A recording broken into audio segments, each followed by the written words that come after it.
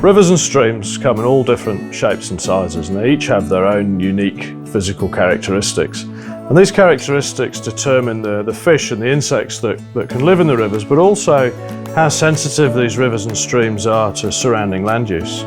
So our alpine-fed streams and rivers, they originate on the high alpine tops, and as a result of the sort of rainfall characteristics and the erosion upon those bare sort of mountainsides, these rivers will carry a very high sediment load, so often the water's quite milky, and they'll experience large floods that move the bed of the river. And so if you're a fish or an insect living in the river, it would almost be as if you were being sandblasted in the water. And so the fish and insects that live in these rivers tend to be ones that live quickly or are highly mobile, and they can get out of the way, but there are far fewer species in these rivers than we'd find in some of our other rivers.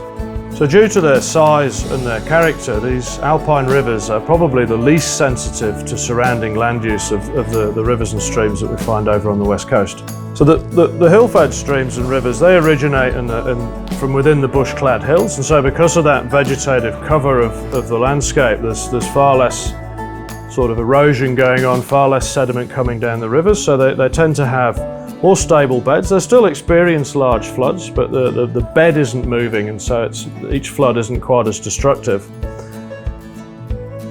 But also because of the source of their flow being from the hills, they do tend to experience some low flows in summer, and so they can experience during those low flow periods algal blooms, and those algal blooms can be exacerbated by nutrients from adjacent land use. They can also suffer to some degree from the deposition of fine sediment into the river, but because of the way that they flood, they can also flush that sediment out. The spring and wetland-fed streams over on the west coast have a very stable flow regime. Despite the heavy rainfall, they don't move up and down a huge amount, which means that they can support a far more diverse array of ecological communities. They often have sort of abundant growths of macrophytes, aquatic plants, and all sorts of wood and leaf litter falls in there, so they support really diverse ecosystems. But because of that character of flow, they're also quite sensitive and vulnerable to effects of adjacent land use.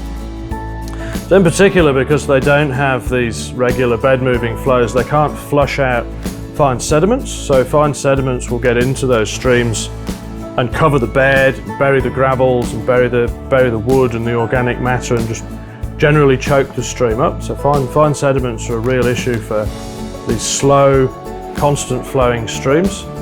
So your stable flowing lowland, spring and wetland fed streams are the most sensitive to adjacent land use and the most important to consider for protection.